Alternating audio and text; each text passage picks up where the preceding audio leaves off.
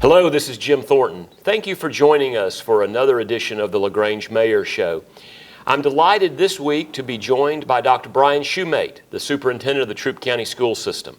We're here in the Troup County Board of Education meeting room and look forward to hearing about some of the exciting things that are happening in public schools throughout Troup County. Dr. Shumate, thanks for joining us today. Thank you, Mayor. Appreciate you having me. Yeah. I note that this is National Teacher Appreciation Week. Yes. What does that mean for you? Yeah, it's really a time for us to say thanks to all of our teachers. We have almost 700 teachers in this district. And I think all of us can go back to teachers that probably had great influences on our lives. And we know that our teachers today touch every kid in this county. We have over 12,000 students. And I want teachers to know we really do appreciate what they do every day. Not only just with academic achievement and all the things that go into teaching and learning, but taking care of the whole kid. They really do. They care for the student and their families and making sure that the kid's getting everything they need. We have plenty of people they can refer them to, but they are our eyes and ears every day to make sure our students are getting what they need in school and in life in many ways. Yeah. And throughout the pandemic, the last 2 years, these people just did unbelievable work, and I'm very proud of our school district for remaining open the entire time. Took a lot of courage on our staff, but also the entire community was supportive of that, and parents working with us, all the protocols and things we went through, but teachers were at the core of that. Keeping us in school and keeping kids learning as best as possible throughout the pandemic. And not only that part of it, what you've done this year and helping kids get ready during this testing week. It's a big deal for us. Going on right now with GMAS testing across the state of Georgia. It's been going on since this past Monday, and teachers obviously again play the core. They're at the core of all of that and getting students ready for this thing and where we're going as a school district. Well, certainly it's great to take the time to celebrate teachers, and like Yes. you say, teachers have had such an incredible influence on all of our lives. You yourself have been a teacher, now superintendent, but you spent some years in the classroom.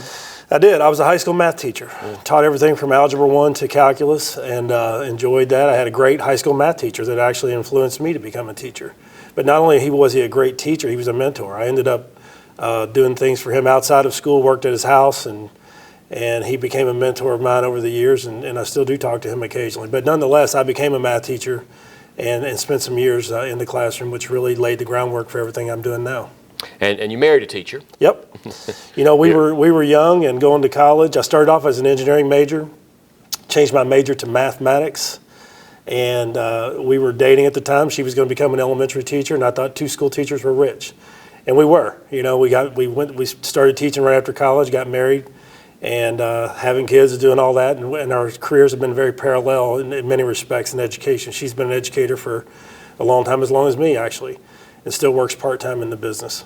So between growing up and going to college and teaching and being a principal and now superintendent, your entire life has basically been spent in the school system, I've been right? going to school since 1971, yeah. Yeah. And even before that, as a little kid, I was the youngest of 3 boys, so I spent time around those schools even when I was barely able to walk, I'm sure. Yeah. And school's just what I do, and that's what I know and been a part of my existence for all of my life. Where did you grow up? Louisville, Kentucky, Jefferson County Public Schools. It's a large school district, about 100,000 students now, but a big district. And I came up through that district, worked there, et cetera. Stayed in Jefferson County for 27 years, which in Kentucky they have a minimum retirement. And I was able to do other things. We were fortunate to have children young, and so by the time we hit our late 40s, we were empty nesters and started looking around. And then I became a superintendent in Medford, Oregon, which is a long story. But I finished as an assistant sup in Louisville and moved to Medford for 5 years, and then this job came on my radar, and we're very happy to be back on this side of the country. Yeah, well, we're certainly glad to have you. How long have you been in Troup County?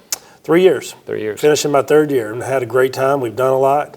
I think we've made a lot of progress as a school district, and Dana and I have become a part of the community in many ways, and we enjoy living here and doing all the things, and I've made a lot of great friends. Living in the South is different, right? So I've been, in Louisville, Kentucky to Medford, Oregon. Now here, only those 3 spots, but all 3 are different in many ways. And it causes you to stretch. It causes one to stretch, and to live and understand different cultures and different ways of thinking, different ways of being. But it's been a great run, and I think we're doing some positive things here, and I plan on being here for a while. So 3 years has gone by fast in some ways, but it also has been a very unusual 3 years. Absolutely. With you already mentioned COVID and what the teachers and the staff and the parents and the students and everybody came together to keep schools open. It required everybody. It required the entire team to keep schools going, to keep education happening. I remember those early days of COVID when we would have Facebook Live broadcasts and we would have virtual meetings and things of that sort. But tell me about the experience. I know this was totally not something you expected. None of us did. But in retrospect, how do you feel like we did as a school system? I mean, and this is my 35th year in education. Every year there's something. Things happen, not to that degree. And you were a great leader during that time of convening people at the very beginning and talk from District 4 Public Health, Coleman Frost from the hospital, various elected officials about how we're going to handle this thing, if you remember. I remember it well. Very early on, yeah. And we were closed down from March 13th throughout the end of that school year. We did not have regular graduations. We had a virtual graduation. We eventually brought those kids back in the class of 20 in late July and had in-person graduations. But nonetheless, it's been a wild ride when that, as far as that goes. I kind of laugh. I said, they're now getting their third iteration of me here.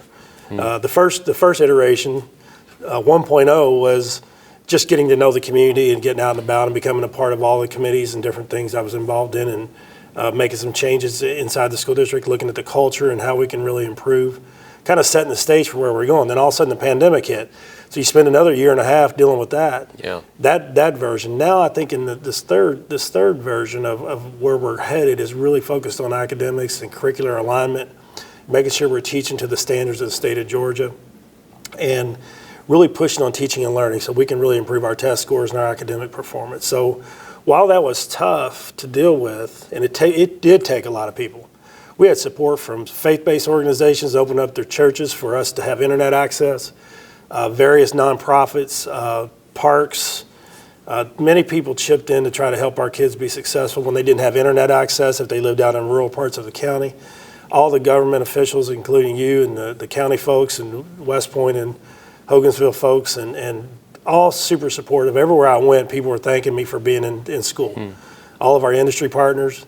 Obviously, we had parents that needed to go to work, and we were able to keep school open. It was tough. We quarantined a lot of kids throughout that process. We did have learning loss. We're working on that right now. But what happened in the pandemic, I think it caused us to really look in the mirror and say, how can we adapt? We had to adapt quickly to a changing environment. The CDC was changing the guidelines. There were different edicts from the governor's office. So we had to become more nimble throughout that process, which is something I want to take forward as we move forward as a school district. We have to adapt quickly to the changing environments and respond well to whatever's going on. And that's something that's kind of new to public education, because there were so many ways that public education was staunch and didn't want to change. Right. And now I think people are more adaptable. I know I am, and I know our district and our leaders are very much able to make quick decisions and implement things in a very, very fast manner for the betterment of the school district. Well, certainly we've all learned that you're always learning, right? Yeah. I mean, we've become, through COVID, we've had to adapt, we've had to learn new terminology, we've had to learn new techniques for keeping things going, and I'm just impressed every day at what the Troup County School System was able to do to accomplish that for as many students as you have, as many teachers as you have, to keep things going, because I know, some people here might take that for granted, but it didn't happen that way everywhere. I mean, there were horror stories around the state, around the country, about school systems that did not adapt the way we did. Our school board has been very supportive and very in tune the entire time, very, very much paying attention and with us with decisions and behind us with decisions. That makes a big, big difference. We had a few little battles over masks, no masks, just like everybody did, but it wasn't horrible here. And I do appreciate, even if you disagreed with things that were going on, I think we had compliance for the most part. And we were just trying to keep kids safe and keep people safe for the most part. And people did get it along the way. Hopefully it wasn't detrimental. But we survived, we moved on. And there were many school districts around this country that never opened last year. Yeah. And these kids, it's not only the academic loss, it's socially what they lost. The lack of structure, you're seeing more crime amongst teenagers around the country, et cetera, et cetera. And I think by us being in school, we saved a lot of people. Yeah. I mean, from those things, either we were able to feed them every day, keep them in some sense of structure, and continue to teach them to the best of our abilities under the circumstances. Even that, there were benefits to all that, I believe. For not only the 12,000 kids, we also have about 1,900 employees. They were able to work and stay in the groove, and keep coming to work and keep doing our thing. I mean, you're one of the largest employers in Troup County. Yeah, I think maybe only behind Kia. Yeah. You may be number 2. Yep, that's true. So we certainly know how important that is to the economy, right, as well as the education in the community. Anytime we close for any reason, I get texts late sometime that evening from different presidents of corporations here that want to know what we're going to do, because it affects their business every day if we're not in school. That's right. So 3 years in, yes, it was an unusual time because of COVID. Some say unprecedented, and I think in our lifetime it has been unprecedented. But sort of sitting back and reflecting on where the school system is today in 2022, we're right here at the end of the school year, getting ready to end one school year and then start planning for another. Where do you think we are as a school system? How would you make that assessment? I think we're sitting in a pretty good spot. As long as we can keep the COVID and the pandemic at bay, which it seems like we are right now, I think we're poised. We've got a new attitude about how to adapt. The stimulus money's been good. We've been able to do a lot of different things. We've been able to upgrade all of our technology, everything from school buses to school improvements. We bought curriculum. We're one-to-one Chromebooks. The opportunity is right in front of us to really make some serious improvements. And, my messages haven't changed much in the last 3 years as far as what the expectations for work are and where I want us to go. Eventually, we've got to point to the scoreboard. I know that we need some improvement all across the board as far as just student performance on all these state tests and national exams and other things that we can show proficiency and really get our kids college and career ready as they graduate.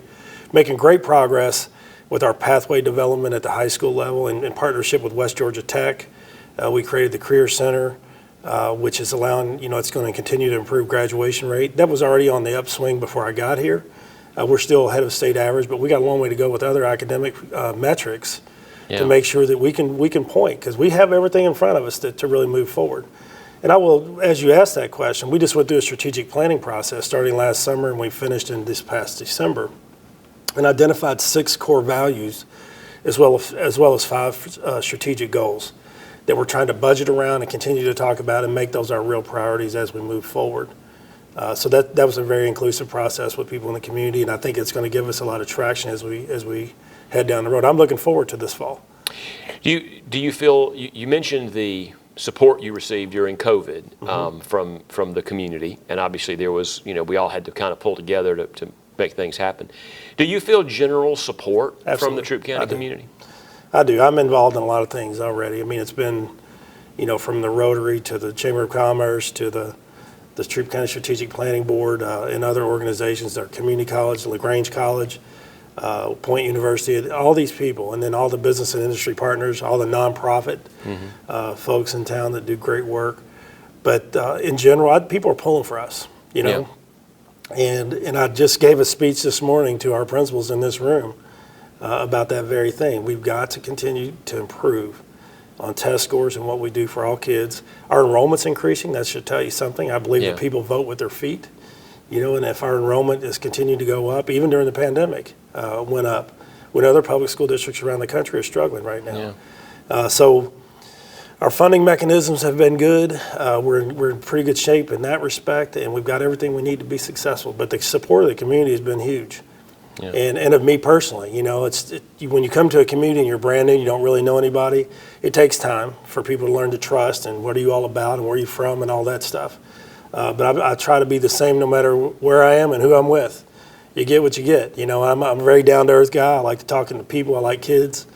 I have kids in this school district that have my cell phone number and they encourage me to close school every now and then when it rains. So it's funny. But I'm not afraid. I love all that stuff. So I'm a school guy at heart, and I try to run the school district like that. Yeah.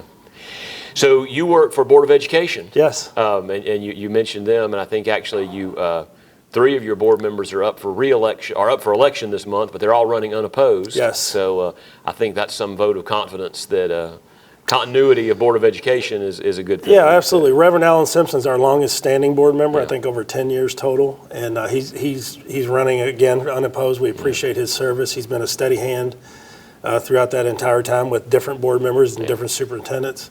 But he's a great guy and certainly a solid figure in many respects all around this county. I want to thank Becky Grubbs as a former teacher in this district, retired teacher that has served for 4 years. She's not going to run again. And also Tanya Jones Cameron, who is a parent of several students, one of which just graduated, one's in high school now, and she's not going to run again. But we appreciate both of their service, been very good board members, and looking forward to the folks that are going to replace them. So. Yeah, well, good. So one of the initiatives that we've talked a lot about as a community over the last few years, really started before COVID, was trying to address literacy, and particularly third grade reading level. We talked a lot about that. I know that the United Way has funded some efforts. The school system's been a partner. The Center for Strategic Planning has been involved in that. Why is reading, particularly at the elementary level, so critical? It's just, reading, of course, reading and writing and all communication skills are foundational to everything we do, just what you and I are doing right now. Yeah. Speaking, listening, talking, writing, and the reading process. And it's not just third grade reading. That's one metric that people look to because there's a lot that leads up to that. I know that the Callaway Foundation did their own study about what their priorities are is pre-K, which is birth to basically 5 years old. It's a big issue in this county with daycare services, with health care services of very young infants, and how we can get parents to read to their kids when they're very young. Exposure to words when they're very young and vocabulary is huge. I'm talking about, from birth on. There's different programs going on around the county that I think are trying to improve themselves. When we get them as kindergartners, or even our own pre-K program starts at 4 years old. So in essence, 4 years, 5 years is kindergarten typically, 6 years is first grade, second grade, third grade. So you have several years leading up to this third grade metric. And we should be able to get kids on third grade reading level because it's foundational to what they do. But not only that, I'm a believer in numeracy skills. Kids have to learn, math is very important too. The two go hand in hand. And I think math gets underemphasized. While reading is important, and a lot of people are working on that, and we want that to improve.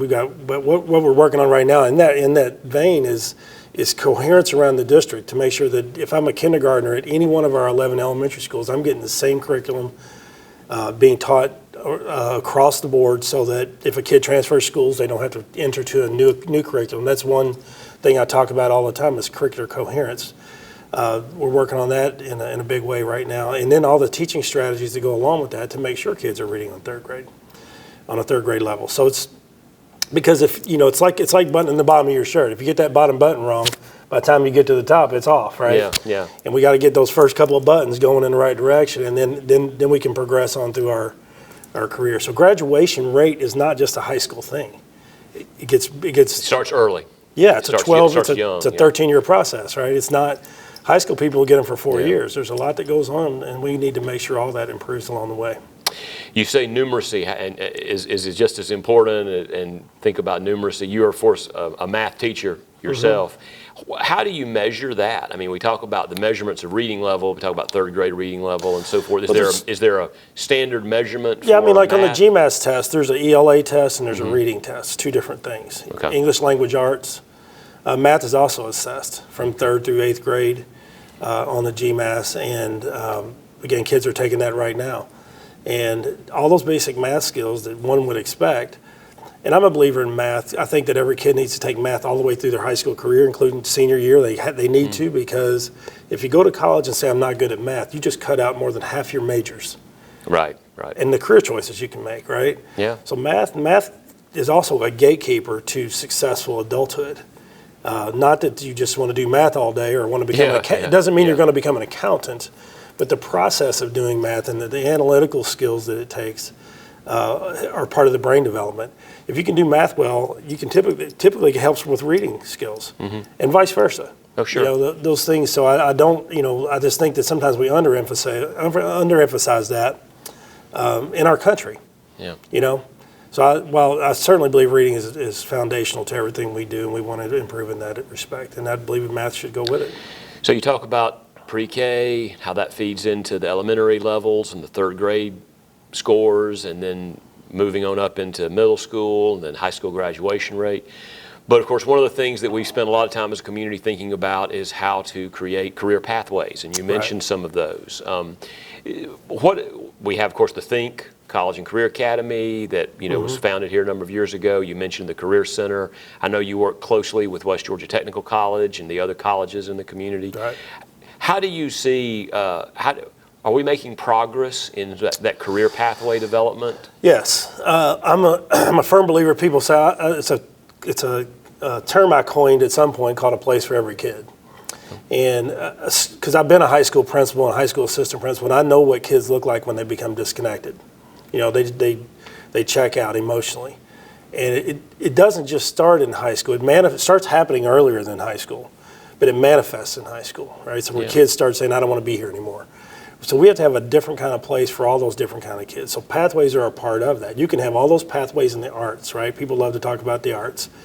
So we got band, chorus, orchestra, theater, visual art that kids can engage in. If they engage in that for 4 years while they're in high school, that becomes their identity in many ways. Because you start to take classes with people like you. Yeah. That's part of the place for every kid mantra. Those are pathways.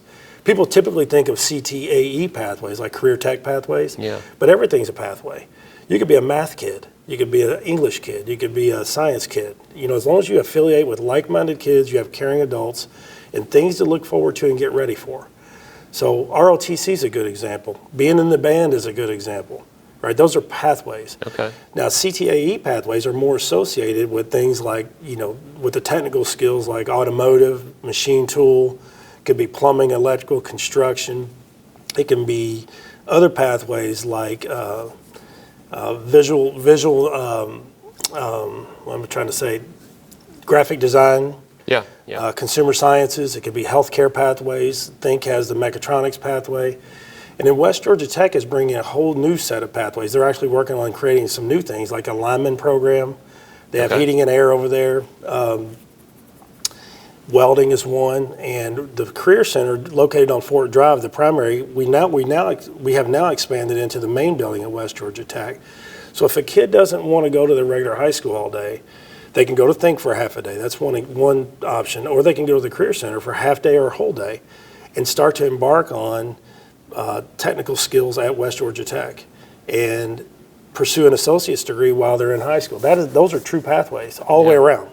So I really want to have something for every kid. Yeah. And if we don't have it, we should create it. So I have a mantra sometimes. There's some kids that don't want to play high school. Right. They're ready to move on. If you don't like high school, try college. Yeah. And we used to not have those options. Yeah. And the way Georgia is set up is very, very, very poised and beneficial for us to be able to do those different kind of pathways for all different kinds of kids. Yeah. So we're not married to seat hours as much as we were before. All the credit stuff that we used to be married to is there's a lot better rules here now to help kids graduate high school and pursue those things that they're really interested in while in high school. Well, and one of the new initiatives that I know you've been working on for a while is the International Baccalaureate program at LaGrange High School. Tell me about that. Well, I had some experience in my past with an IB program. It's obviously created by the international schools and the school systems for basically children of diplomats. In the old days is how it started.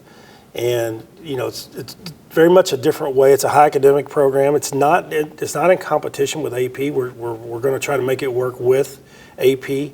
It's beginning at LaGrange High School. When I started having that conversation when I got here, Principal Alton White, they said, we've talked about that here. They had some conversation over the years about an IB program. It just never got off the ground. And I'm like, let's go. And he and his staff took the ball and ran with it, and we are a year and a half into it now. You have to get approved. So there's an entire organization that comes to town. They work with you on all the things that you need to do ahead of time to build the case. And they just did their visit here about 3 weeks ago to LaGrange High School. And that's the beginning of it. I want LaGrange to be the pilot. I don't want it to be the only IB school. IB can also go down into the middle and the elementaries. Okay. But I want our other two high schools to pursue it as well. Because it really does add a flavor, an academic flavor. If a kid comes out of an IB program, the chances of them getting admitted to really high-level colleges all around the nation are very high.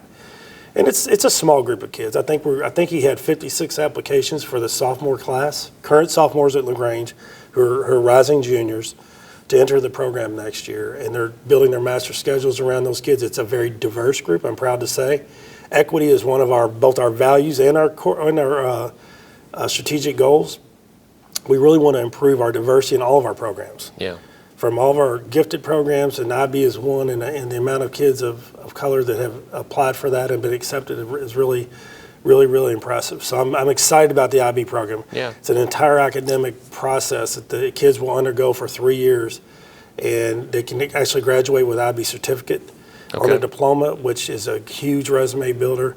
But it's really a process that challenges them to think, along the way, and become critical thinkers and learners how they do as they progress through school. I like your mantra about a place for every child. A place for every kid. That you're finding the pathway, or you're finding the curriculum that makes sense, so that no one feels excluded. Everyone has a place. It gets to the heart of what we all want, which is belonging. So our very number one value is connections. Kids have to get connected to their peers, to adults in that field potentially, and to the coursework. Once they connect to the coursework, they won't want to leave class when the bell rings. Yeah. You know what I mean? We've all had classes and teachers like that. They're excited to go to school. Well, yeah, you get into something, they're so engaged in something they don't want to leave, or they want to keep doing it after school or whatever. Pathways give kids an identity while they're in high school, which they desperately need, especially at that age. Yeah. They need, so I always talk about the very first part of it, you got to have a common mission. Do it with like-minded kids. If you know anything about high school, they find each other, right? Right. Oh, yeah. Those like groups. Sometimes not, good and bad, right? Oh, yeah. But I'll use the band kid example, I always do. Do kids play in the band for 4 years thinking they're going to make a living doing it? Usually not. They're in the band because they have common mission, like-minded peers. They're in it with other band kids. They have caring adults, sponsors, teachers, parent boosters, and they have things to look forward to. Yeah. After school, on the weekends, and during the summer. They got things to prepare for. So I go around this county in the summertime. It'd be 100 degrees outside, and band kids are out there marching in the field, sweating to death. I've even seen them without instruments, marching, right? Why would they do that? They don't make any money. They do it because they have those 4 things, and they're getting ready for performance season in the fall, football games, and et cetera, et cetera. No different than athletes do. But a lot of kids aren't going to be athletes, so you got to find those other things. Right. ROTC is a great example. Only about 10% of the kids in our ROTC programs go into the military. It's not a military recruitment device. It is a place to teach, patriotism and physical training and leadership and all the other skills they learn through ROTC. And if a kid stays in band and ROTC for 4 years successfully, their chances of graduation are about 98%. That's impressive. You know what I'm saying? Yeah, that's impressive. That's what but I want every kid to have that experience. Yeah. So that's what that means. There's a little bit more to it than just saying a place for every kid. It sounds cool, but there's more to it than that. So what excites you about the future Troup County School System? What are you looking forward to? Well, I'm a fixer. I like to make things better, and I think we've done a lot of heavy lifting in the first 3 years here, my first 3 years, as far as staffing and getting the right people on the bus and all those things that people talk about. We got a good community support. We got a great board. I think we got the resources we need. This district has got everything it needs to move forward. And the kids, people are loyal here. They're loyal to this district, and they want us to do. They want us to do good things. And I want the community to be proud of us. And we got to get over that hump of, if our school system we get better, right? It's a two-way street. Everybody's got to get better and make this county a place to be. And I said that when I came. I researched this county before I came here or even applied. I was checking you out 4 years ago and you didn't even know it. But I was looking at all the things, and all the pieces are in place. And sometimes people don't see it because they've been here their whole lives. And if you've lived other places, you come here, you're like, man, there's a lot here. A lot of good industry. There's a lot of economic development. You got a beautiful lake, a lot of outdoor activities. You got arts. You got a lot of things going on here. And you're sitting in a great part of the country. You're 4 hours from any beach just about. Atlanta's airport, I can go anywhere in the world and drive up the road 50 miles, that's unheard of. So the opportunities, and you still have your rural way of life in many ways. You know what I mean? Small towns, people know each other. So I can't imagine what else that we do need, Yeah. And I say that very sincerely to you, who is a lifetime resident here.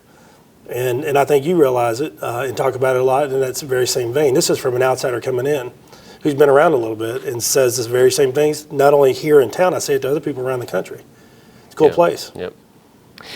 So any big projects underway that you'd like to talk about? Or Oh gosh, we got the IB thing, and the career pathway development is big. Our curriculum alignment is big. We're going to build we're working on building a new Rosemont school. That school was built in 1956. Those kind of buildings age out. We've got other ones that are going to need attention, I'm sure, in the future. But we were able to get a piece of land right next to Rosemont. So if you were driving down Highway 27, it's just beyond Rosemont on the left. So it'd be to the right of the school. 38 acres sitting back there. We plan on breaking ground in January, so the initial planning process is going on right now with the architects.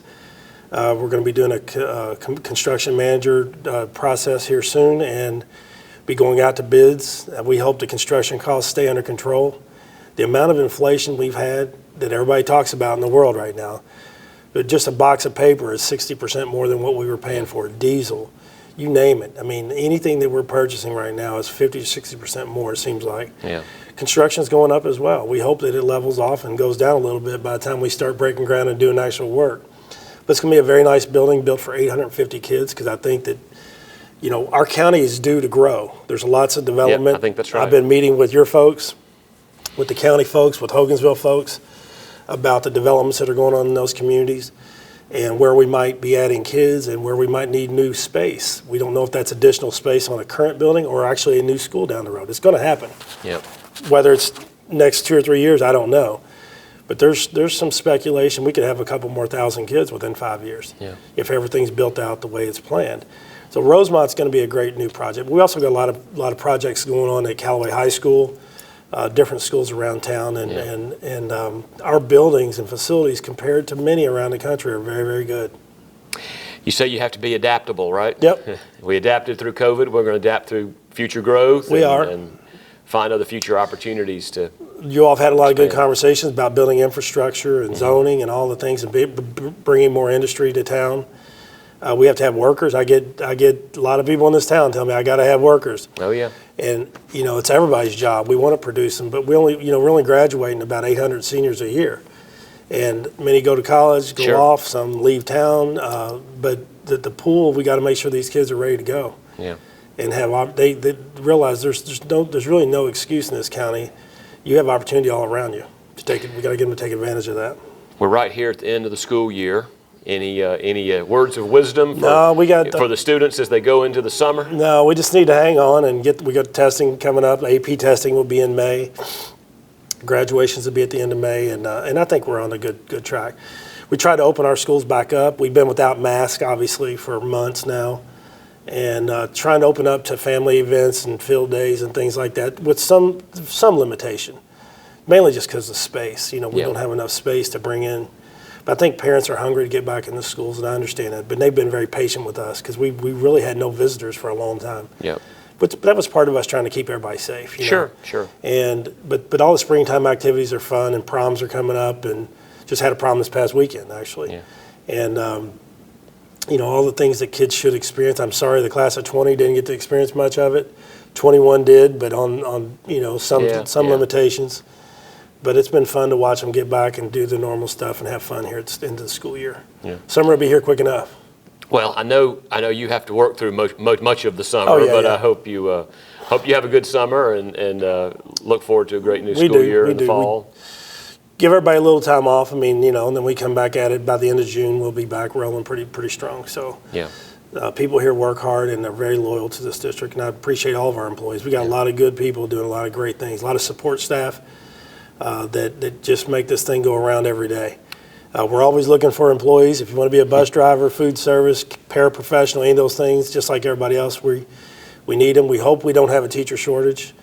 We're always scrambling to make sure we fill these classrooms all summer long. So if you're interested in becoming a teacher, you have a bachelor's degree, we can work that out. There's different ways to become certified.